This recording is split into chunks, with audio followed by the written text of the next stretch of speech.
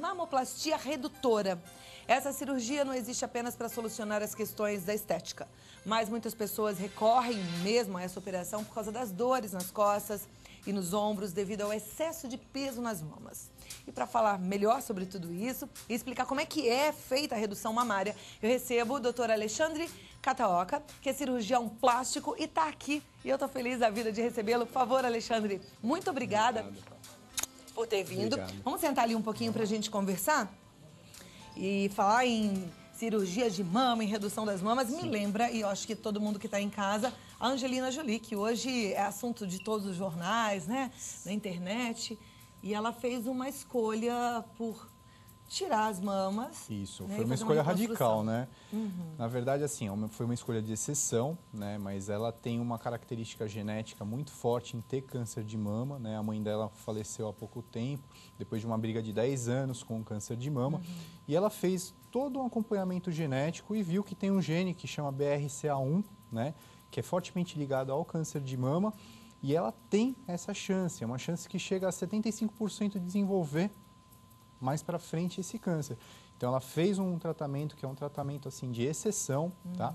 Que foi a adenomastectomia bilateral, ou seja, tirou toda a glândula dos dois lados, a glândula mamária dos dois lados, e provavelmente ela deve ter feito também uma reconstrução mamária, colocou próteses, né, implantes de silicone para fazer essa reconstrução.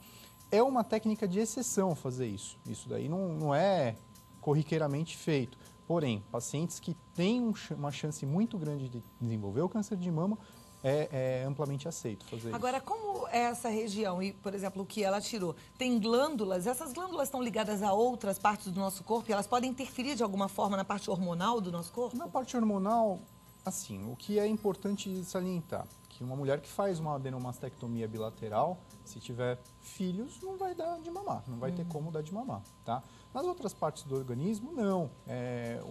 O sistema neuroendócrino, ele consegue se relacionar bem sem as glândulas mamárias, então não há problema. Quanto a isso, não. Olha, eu estou aqui com o meu iPad e eu quero que você participe. Pode enviar a sua pergunta ligando através do telefone 0 operadora 11 2202 8432.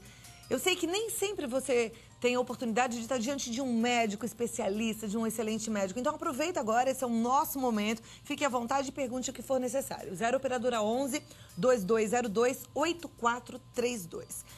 Eu tenho já algumas perguntas, porque eu sou bem curiosa. Na redução de mamas, é necessário colocar a prótese, que eu estou vendo que tem algumas aqui em cima da mesa, ou nem sempre? Não necessariamente. A maioria dos casos, se a mulher tem uma mama volumosa, uma mama muito grande, que já está dando problemas, não é necessário colocar a prótese. A prótese é colocada em alguns casos que a mama teve uma queda muito grande, não tem um tecido mamário bom para fazer a reconstrução, ou até mesmo só tem gordura.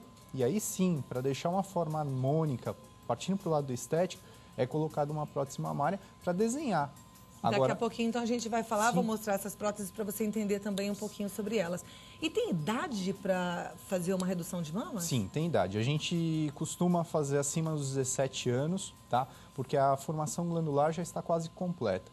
Completa mesmo é só após a amamentação. Então, só depois de ficar grávida, de idade de mamar, que realmente a glândula mamária vai estar completamente formada. Porém, pelo caso da gigantomastia, que é o problema, causar outros problemas, como de coluna, dores de cabeça, dores cervicais, a gente opta de, a partir dos 17 anos já, poder fazer esse tipo de cirurgia. E essa cirurgia, essa redução de mamas, vai interferir lá na frente, a hora que essa mulher estiver grávida e quiser amamentar seus filhos? Pode depois? interferir, sim. Por quê?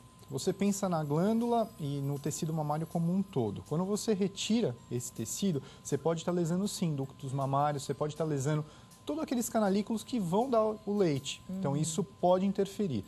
A gente coloca, depende do trabalho, coloca de 30% a 60% de interferência na amamentação, tá? Porém, é aquilo, é uma balança, né? A gente tem que pesar muito bem. O que mais vai dar problema? Você retirar a mama precocemente ou deixar mais para o futuro? Mais para o futuro pode acontecer outros problemas. Então, tudo isso que eu já falei, problemas cervicais, problemas na coluna. Então, aí tem que pesar muito bem tudo isso. Então, na verdade, tem que ser uma decisão quando a interferência negativa for muito grande, Exatamente. né? Não pode ser simplesmente por uma questão estética nessa fase. É muito sério, né? Cirurgia plástica, passou um tempo que estavam banalizando demais, né? Como tratamentos, procedimentos muito simples. Mas não, isso daí é muito importante. A pessoa tem que estar muito segura disso, tá? De querer fazer realmente essa cirurgia para não ter problemas, entendeu?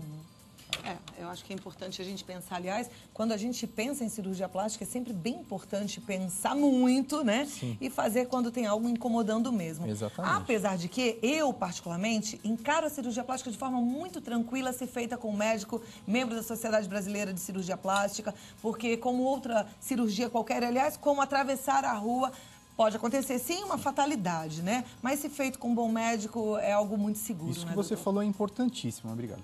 É muito importante porque a cirurgia plástica, como qualquer outra cirurgia, tem seus riscos, né? Riscos esses que a gente pode mensurar e às vezes não, tá? É feito todos os exames, é pedido todo o pré-operatório, mas mesmo assim há alguns riscos. No caso da mamoplastia redutora, existem alguns riscos que o paciente tem que saber, tá? Por exemplo, defeitos de cicatrização, problemas na areola. Por que isso pode acontecer? Mamas muito grandes, você pensa num canudinho. Esse canudinho vai sendo esticado, esticado, esticado. Esse canudinho são os vasos sanguíneos.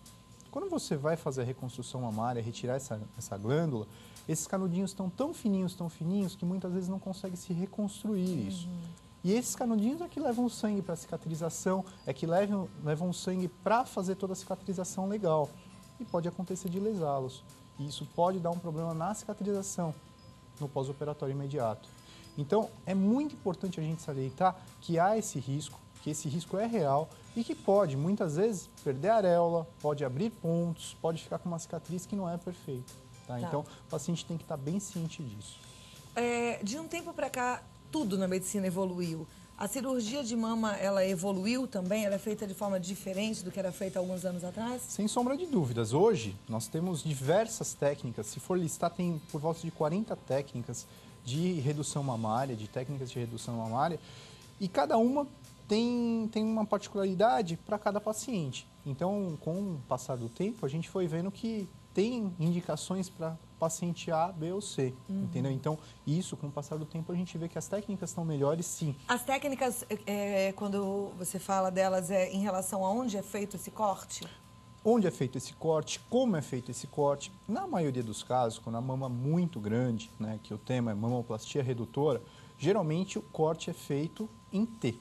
Então, fica aquela cicatriz numa âncora. Então, aonde tem a auréola, um corte para baixo e um outro... Isso, exatamente uma âncora. Tá. E essa cicatriz, ela vai diminuir com o passar do tempo, mas ela desaparecer por completo não desaparece, não. Né? Cicatriz, que nós estamos vendo ali, ó, são algumas técnicas, né, que eles estão mostrando. Tá vendo que ali é só vertical, mas muitas vezes tem que prolongar para horizontal também, que é a parte da âncora, do T invertido, tá? Cicatriz, os pacientes têm que deixar bem claro isso para os pacientes. Por quê? Cicatriz nunca mais sai. Cicatriz está lá. Ela pode melhorar.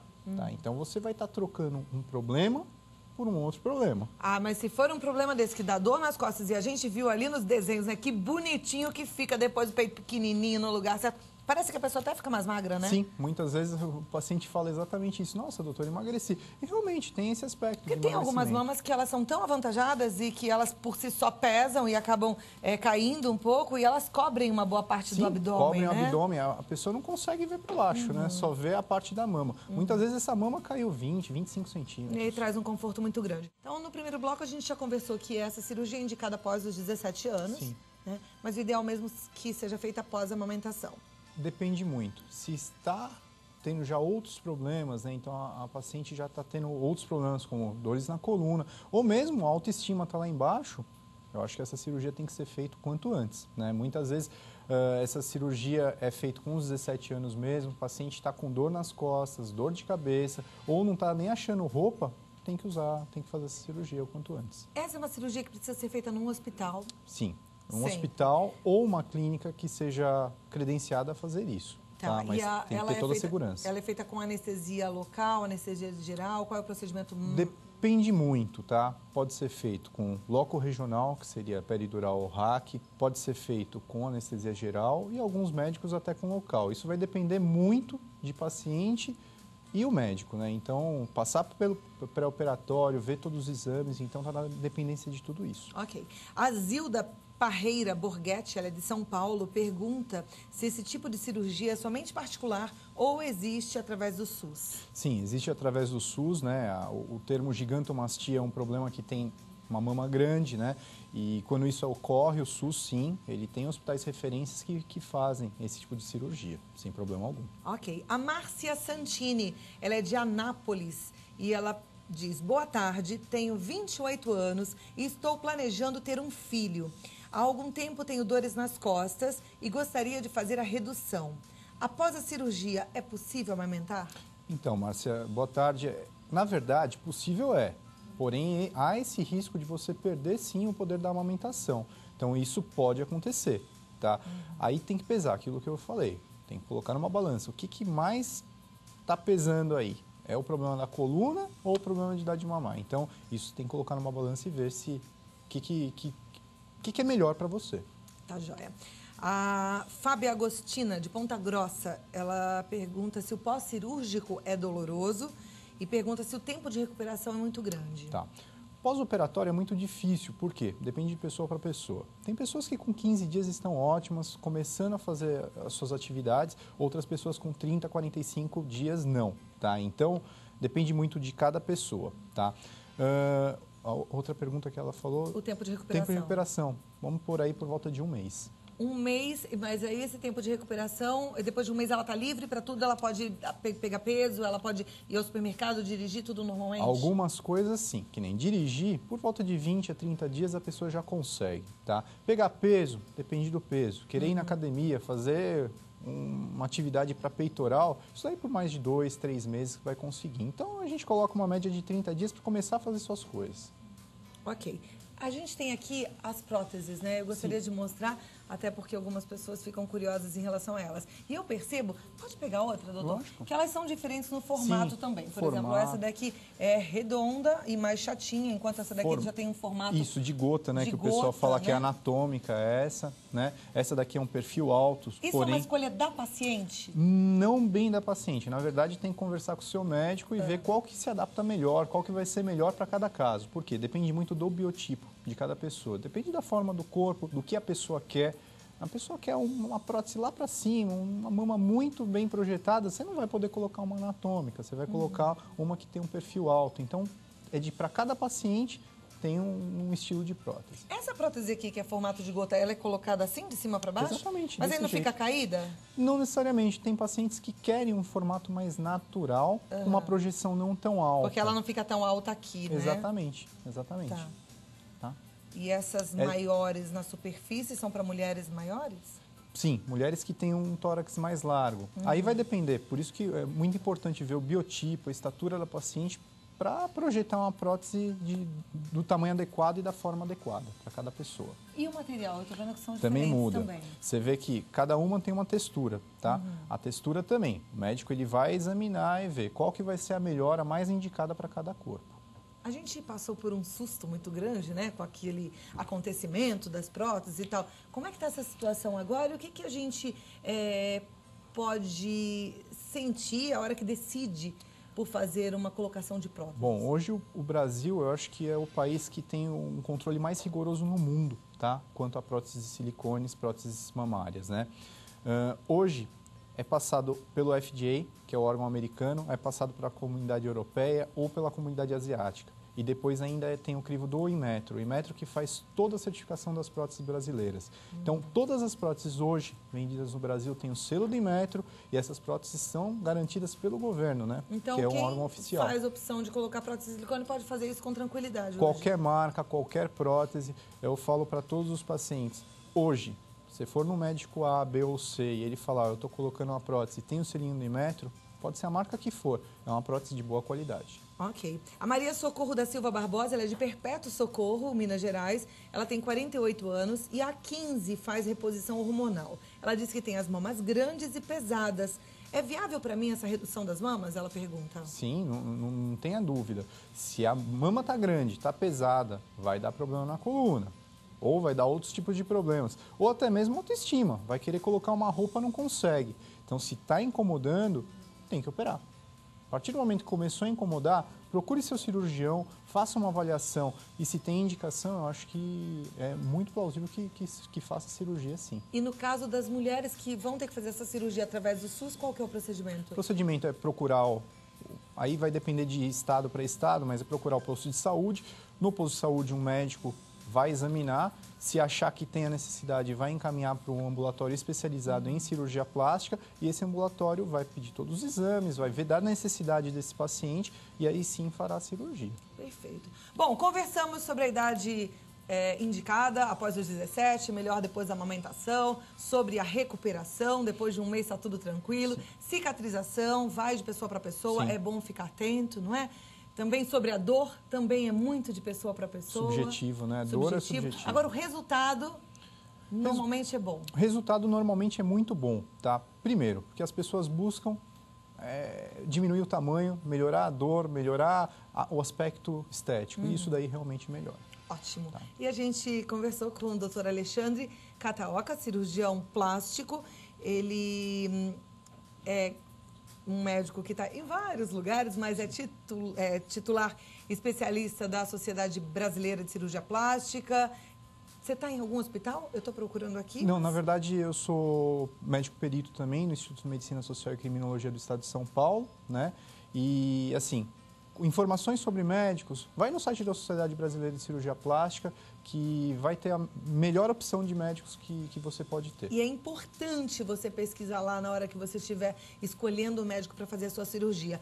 Site www.cirurgiaplastica.org.br. Doutor Alexandre, foi um prazer conversar contigo e entender um pouco mais sobre esse assunto, Muito obrigado, viu? Muito obrigada e até a próxima. Tá ótimo, tá? Obrigado. Vamos conversar mais, né? Pra gente ficar por dentro de tudo. Agora que a gente descobriu que ele é um cirurgião plástico perito, então a gente também quer saber exatamente tudo para fazer cirurgias com muito mais tranquilidade e segurança.